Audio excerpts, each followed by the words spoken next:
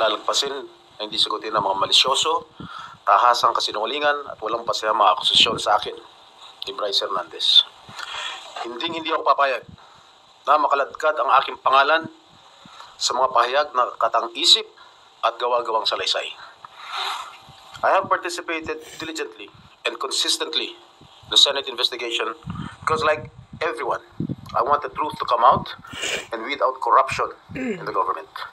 And I am confident that I have not committed any illegal act if Mr. Hernandez truly stands by his allegations. I challenge him right now to take a lie detector test with me. Let us settle this once and for all and show the public who is telling the truth. Yun lang. Sir, hindi nakita yung intention. Ba't kayo sana gano'n ni Hernandez? I really do not know what his evil intentions are. Siguro he wants to get even with me because I was the one who cited him in contempt. At pinakulong sa Senado. Sir, is it true na nagpa-allocate kayo na about 335 Well, million? yung sa 335 million, lahat siya nasa GAA. Everybody can choose any item from the GAA at ibintang kahit kanino senador. So wala kayong ganung pina-allocate? Isang malaking kasinungalingan ng mga pinagsasabi niya patungkol sa pagbabago ng mga proyekto. Sir, what do you think of it? Yung paulit-ulit yung sinasabi na hindi kasi. Parang aludin ko kahapon sa nangyaring biruan yun. Well, yung biruan lang ni Senator Marcoleta sa akin. Well, nung sinabi niyang safe ka, alam ko naman biro niya, pero in the eyes of the public, parang it was uncalled for. That's why I resented his statement. Ba't sa House kayo paulit-ulit sinasabi ni Bryce na hindi Well, siguro kinuha lang niya yung kahapon yung pagbiro ni Senator Marcoleta sa akin. Sir, kanina, napanood niyo yung... A little bit. Anong unang nala niyo, sir? Parang napamura kayo or... Naggalit talaga ako. Talaga napamura ako. Napakasinungaling nitong taong to. Because first of all, hindi ko siya kilala and I have never met that guy. Just common sense. Will you think I will be actively participating in this investigation na nandun siya, nakilala ko siya, nagbibigay siya ng pera sa akin? That's common sense. I should have abstained from this hearing. Malakas ang loob ko dahil I did not commit any illegal act. Picture naman kay sa team niya ay District Engineer Alcantara. Si District Engineer Alcantara, he even denied it. Dininay niya yung kay Senator Joel, denied din niya sa akin. Oh. Sir, kinukonekan makakalala daw kayo nung Maynila pa? Sino? No. Hindi ko siya kilala. Sa Manila? Siguro I met him once, twice, but never an acquaintance. May picture kayo ni DPWH Engineer Alcantara, sir. Do you remember that, sir, when it was taken? I do not know. I cannot recall that event. Pero sa dami naman nagpapapicture sa akin, hindi ko naman pwede tanggihan. Kung drug lord yun, gambling lord, malay ko naman kung drug lord yun o gambling lord, hindi ko naman matatanggihan kung sino nagpapapicture sa akin. Remember, we are all public figures here. Sir, sasampahan niyo ba ng kaso? Yes, sasampahan ko ng kaso yan. anong kaso? So I will have to talk to my lawyers. Will you confront him sa next hearing na If he is here, he's seeking refuge in the house already. Doesn't want to come back here. sa PNP Custodial Center na daw siya? I do not know. Sabi ni Leslie Soto, because the agreement is speaker. I do not know. Well, if he's going to be invited or Sophie not here, then I will confront him. Pero sir, totoo yun, sir, na meron kayo talagang pa-allocate na bondo sa Akador. As I mentioned earlier, lahat yan, line item yan nasa GAA. Anybody can choose those line items at bintang sa mga senador. Pero hindi kayo nag-decide ng budget. No. Wala. No. Never. No? So, ni-check niyo na sir yung GAA na wala kayo. Yes, I think so. I told my staff to check on it. Pero sir, saan siya papunta? Yung I really do not know kung anong intention nitong si Bryce Hernandez. So, ang feeling ko lang talagang he wants to get even with me because I was the one who cited him in contempt. Eh nakita mo naman, napakasinungaling ng tao ngayon. I asked him kung siya yung Marvin D. Guzman, alias doon sa, ginagamit niya alias doon sa paglalaro sa casino. O didinay niya, mukha niya yun nandun. Ang laki-laki magpatalo sa casino niya. Ilang daang milyon kung magpatalo sa casino niya. Saan niya kinukuha yung pera? Oh. Kaya ako naniniwala ako, kahit siguro may ghost project itong Sims Construction, naniniwala ako na totoo lahat ng sinasabi nito eh. Na nagbibigay siya ng limpak-limpak na salapi doon sa DPWH kay Bryce Hernandez. Ano yung initiative lang niya ni Bryce? 100,000 good niya nakikita ka? Well, I do not have any idea. Sir, sorry, yung 355 million, it's in the GAA. You allocated to where, sir? Bulacan? Bulacan daw, nakalagay dyan.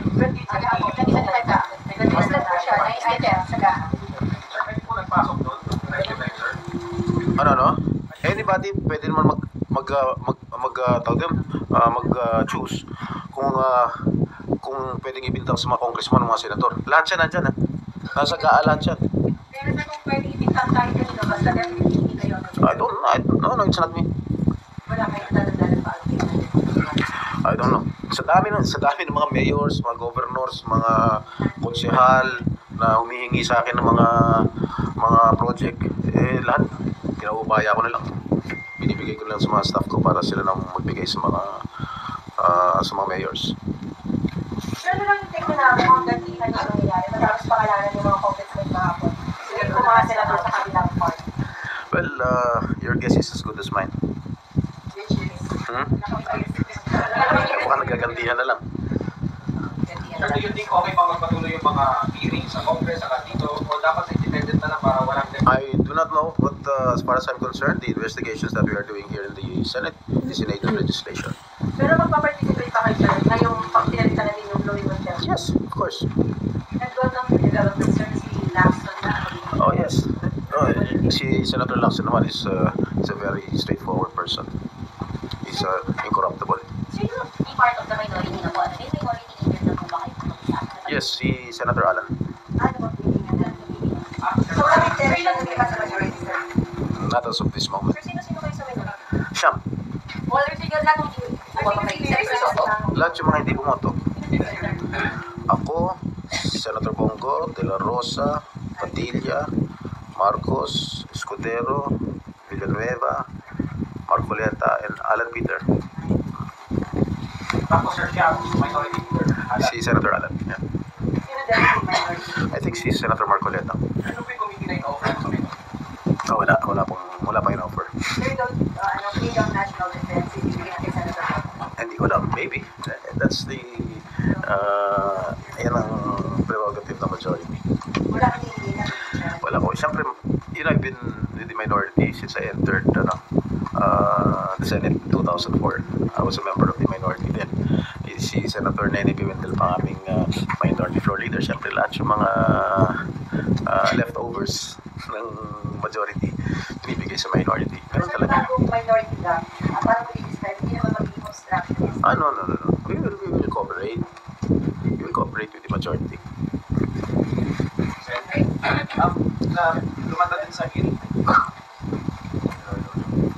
Sen, lumanda din po sa hearing dito sa House na may convo po si Vice Fernandez with a certain pera. Okay. Yung convo po is about sa certain pera. For the record, meron po akong staff. I do not have any staff named Peng Ramos since I entered the Senate. Okay? That's for sure. She's a staff of the Blue Ribbon Committee. Peng Ramos. Staff siya sa Blue Ribbon Committee. She was never my staff in my office. And I never authorized her at kahit sino man. So, pwede ginamit lang. Ginamit lang siguro. I don't know what her intention was. You can check my records in the Senate. Since 2004, when I first entered the Senate, up to the present, wala akong Beng Ramos na empleyado. She's not close to me. Sir, sino? Wait. Oh, I must admit, naging girlfriend siya ng isang staff ko. Tapos, Sir, sino BRT here? Blue Ribbon? Natila sa minority. Yes. Oo. Sa tatanungin, pagpapaliwanag natin yung mga Gusto ko nga, i-recommend ako ng tanggalin siya dito eh. Possible na siya may transaction. Nakausap niya na siya. No, Wala kang plan, sir, na usapin siya. ba't ko siya kakausapin? Pero hindi pwede report sa Senate leadership. Siguro I will write a letter to SB Soto. Did she claim that she's my staff? Did she claim that she was my staff? Si Bryce. Okay, ito mo sinungaling ang hayop na yan. Saan ang proof niya na staff ko yung Beng Ramos? Nuno ng kasinungaling yung hayop na yan. Pero sir, itong si Bryce, nakilala mo na siya ever? I never met that guy. Hindi ko kilala yan. I never met him. Ang katalas na niya. Si Henry Alcantara, according to him, he was the deputy engineer sa Manila. Under division chief, under division head. during the time of my dad when he was mayor of Manila. And si Engineer Robert Bernardo, he was the city engineer of the city of Manila at that time. Pero hindi niyo pinakilala. Well, no, he's not my acquaintance. Yung sinasabi ni Bryce na nagpupunta siya sa mga birthday parties ko, may pinakita siyang litrato kasama si Secretary Laguesma. Lahat nung inibita ko ng birthday ko, mga 60th birthday ko, inibita ko lahat yung mga cabinet members. Not only si Secretary Laguesma. Siguro sumabit siya sa isang kaibigan, alam mo naman, ganun ang Pilipino, sabit-sabit. So, picture. So, you're confident, sir, na hindi nagtiwala yung public sa Secretary? Of course, I'm confident. Napakasinungaling yan, kita mo. Sa investigation lang kahapon sa Senado, lahat pointing at him, towards him. Nung in-interrogate ko siya tungkol sa mga talo niya sa casino, yung ID niya sa casino, dinideny niya. Lahat dinideny niya. Pero may record ng Blue Ribbon Committee, may record si Senator Marcoleta, yung mga losses niya sa casino. So, this is one of the development report. Nakita niyo kayo na ng mga investigation ng House and Senate o ano man sa natin. Alin? Ano nakita niyo kayo na?